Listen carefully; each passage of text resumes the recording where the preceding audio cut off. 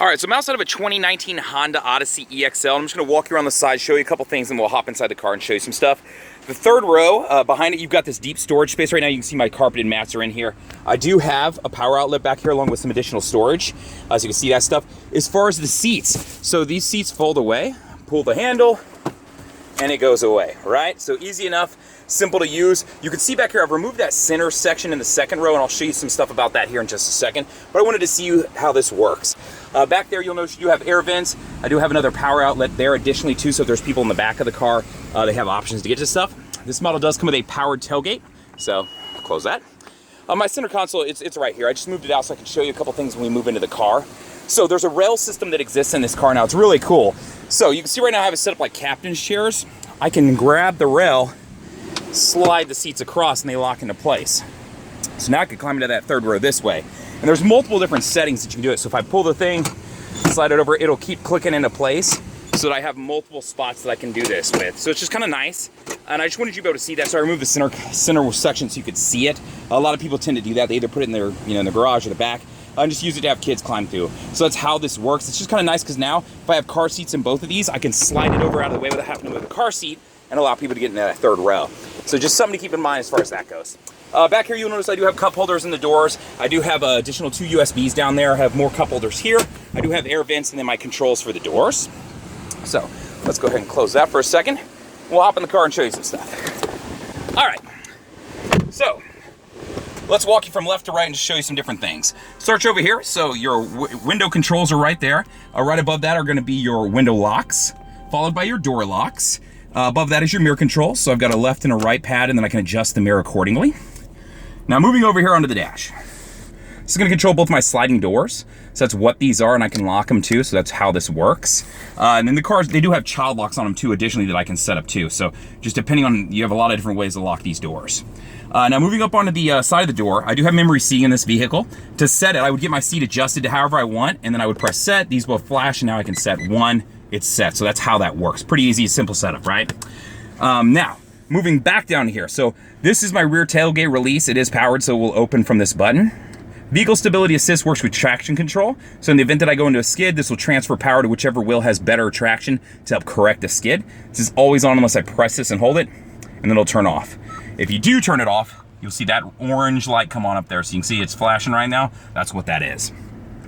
Road departure mitigation. So this is if I start to veer off the side of the road, the steering wheel will actually give me a shake and then it'll beep at me. So you can see it's on there right now with the LED. And then collision mitigated braking system. So this works with the radar in the front of the grille. In the event that I am looking like I'm gonna rear end somebody, first it'll alert me.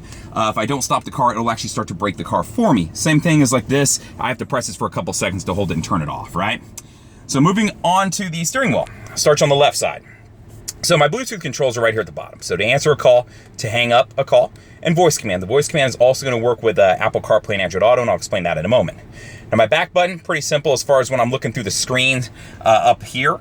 Just gives me some different things to toggle through. So if I press the home button, which is this button right here, it's gonna pull up that, and then I can scroll down and look through some different screens and see some different things going on here.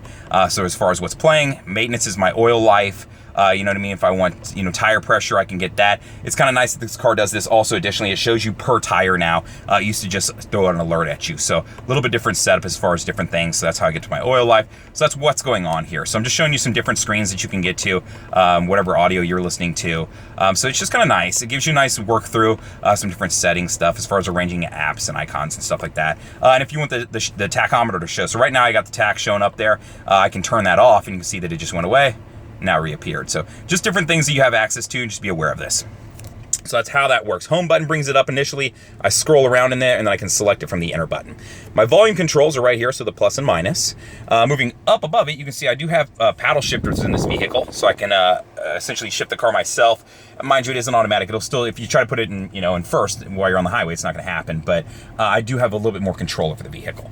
Now back here, I do have my auto on-off headlights, so I can set them to auto right there and they're good. My fog lights, they're on if I have that hash marked up. They're off right there, right? So that's how all of this works. Moving over to the other side is gonna be my controls for my windshield wipers. So if I pull down, it sets the front ones. My back controls are just here on this tip of the stalk. And then it is intermittent, so I can control the speed adjusted, right? So moving over to the right side, this is where some of my, as far as Honda sensing features come into play. So these are standard on my Odyssey. Now, if I press main, you're gonna see ACC and LKAS come on, so that's what's flashing up there. ACC is adaptive cruise control, LKAS is lane keep assist. Lane keep assist is this button right here. So if I press this button, you're gonna see these dotted lines come on, so that's what's flashing right now. Now, this is gonna work to help you from drifting out of your lane. If you start to drift out of your lane, it'll correct for you and just slightly pull you back in your lane. It's real soft, it's real subtle, it's not a jarring thing. You could overpower it if you wanted to. This works from 45 miles an hour to 90 miles an hour, and it won't work if your windshield wipers are on, so keep that in mind. Moving down to the next feature. So by adaptive cruise control, once I get up to the speed I wanna set, I'll press the set button. From there, you can see ACC is off right now because I'm not moving. From there, you'll see a car icon appear right up there. And then I can use this button right here to set the distance between me and the car in front of me. So the more boxes, the more space it's gonna create between me and the car in front of me. And I just keep pressing that distance button to create or eliminate space. So that's how that works. It uses the same radar that it uses for the collision mitigated braking system to bounce it off that car and send it back and let you know exactly how far apart you are, and then it'll adjust. So if I have it set to 65 and the guy in front of me keeps slowing down and speed it up, my car will slow down and speed up to the speed that I set, and it'll keep that distance that I decided in between us. So that's how this feature works. Now, once I've set my cruise control, if I want to change the speed, like if I wanted to lower it, the minus button. If I want to raise it, the plus minus. And it'll show you what you've set the speed to right down there. So just so you know, I'm not going to do this driving and try to film. That's not safe, but that's how this works, just so you understand. So, all right, so now we understand that stuff. Let's move over to the center stack. So I'm going to start you over here on the touchscreen. I'll start you with the home button. So the first thing I want to show you is that you can rearrange all these icons however you would like. To do so, just press and hold. It'll turn orange. You'll see this. It'll pop up and give you kind of the, hey, this is some things you can do.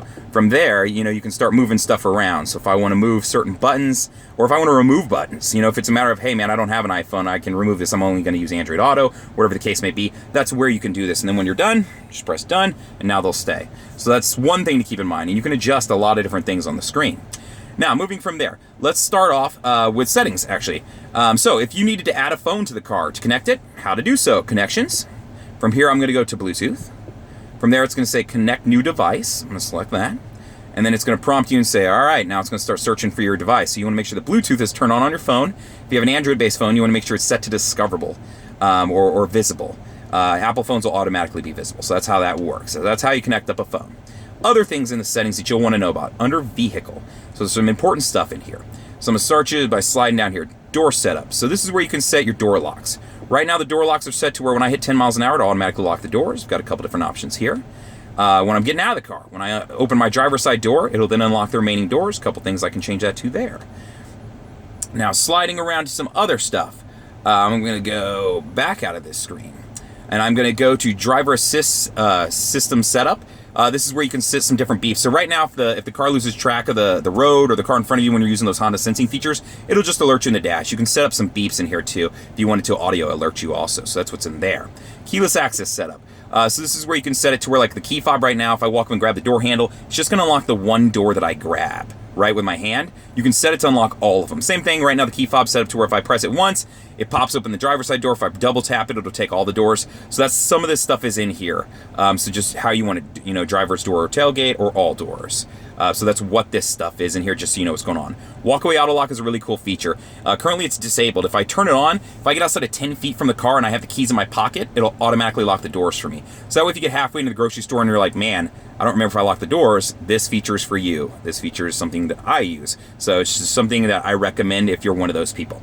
So I'm going to back all the way out of this stuff. That's some settings that you can see, just different things that'll help you out. Bluetooth, once you've connected up your phone, you'll be able to access your contact history, your recent calls, just general Bluetooth stuff as far as your phone, receiving phone calls, text, that sort of thing. FM, it's pretty self-explanatory. Find the station that you want. Once you've found a station you want, so let's say 92.9 is the station I want to save as a preset, press and hold. Is it set for me? Oh, okay, it's already set. So we're good to go there now. So now it's set. So that's how that works, right? So I'm gonna jump out of that. Bluetooth audio, if you want to stream something wirelessly, that's where you would go to do so. Trip computer, this is gonna give me some general info that I can get over here. I can get that same info over here. So if I scroll down to trip, select enter, same info. So it just depends on where you want to view it, right? So that's what this is. So just some different things and then how to reset your trips. Now moving across, Apple CarPlay and Android Auto. So this works with the USB. So what I would want to do is plug into the USB down here, and I'll show you which one. See the one with the phone on it? The one on the right side right here? That's the one you want to plug into. When you do, if you have an Android-based phone, you got to download the Android Auto app. If you're an Apple user, you don't have to download anything. This will light up.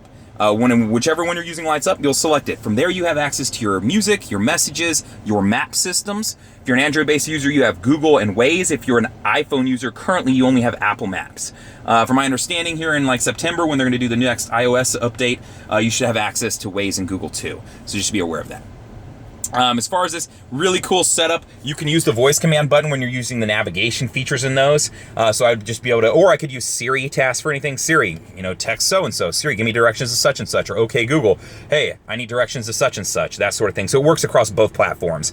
So really cool that they've integrated this and allow you to use your phone for navigation. So you're not paying extra money for navigation. You don't have to worry about map updates. And you still have all the access controls of being able to use wireless controls via, voice command, being able to use the touchscreen, hearing everything through the speaker. So really cool setup that they've got going here.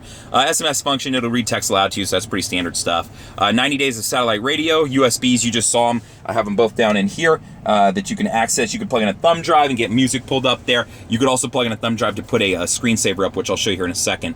Auxiliary input. Social playlist is a really cool feature where multiple people in the car can add songs to a playlist together that will play. So that way, if there's 3 or 4 of you and you don't all want to listen to someone's music, you can kind of combine musics. Storable music that you can put on the car, the clock. As far as, this is what I was talking about. You can adjust what you see on the screen and how it displays the clock too. So it's just kind of nice. And it's a really nice, actually, color display. So that's what's going on the touchscreen. Moving down. So from here is where you're going to see, while I'm on the touchscreen, I will show you the backup camera. If I throw it in reverse, which this is a point of contention for some people getting used to having buttons and not a shifter. You'll notice park, when I throw it in reverse, I pull down, reverse comes on. Same thing with the drive button, I just press it. When I do that, this is my backup camera. It does have guidelines turned on right now. You can turn those on and off. So that's how those work. And then when I cut the wheel, you'll notice this is going to cut with me. Now, on here, there are a couple things to keep in mind. First one is this function right here. If this is lit up blue, that's cross-traffic monitoring. Someone's coming from my left or right, it'll give me an audible alert, and then it'll show arrows on whichever side they're coming from to let me know there's a car coming. So there's sensors in the back of the car. Now, the other 3 are right here. There's 3 different views on this backup camera. So right now, we're getting standard backup camera. Wide angle. You can move to just standard backup camera, and then there's one aimed straight down. So you can see the very edge of my bumper, my license plate bracket right here. And then this is where the hatch will open up to, and this is 2.5 to 3 feet from your car. So as far as parallel parking, that's the important line. And you'll notice those lines are in all these other screens too. So that's what those are. So this is just how the backup camera works in this car. Moving down, neutral, if you throw it in anything, it lights up LEDs. Green, it lights up to let you know you're good to go as far as driving, right? So that's how that works. Move it back into the park. Snow button, it will set traction controls, and I've got 2 of them over here, and when you change them, this is what you'll see. And what it does is just offset shifting points in the car so that when you're doing stuff, it's not going to lose traction as well. Econ button will improve gas mileage in the car. Whenever you turn it on, you'll see this green leaf come on up there, so you can see that green leaf turning on and off right now. That improves gas mileage by shutting down electrical systems affecting things like your AC unit and your accelerators. Keep that in mind.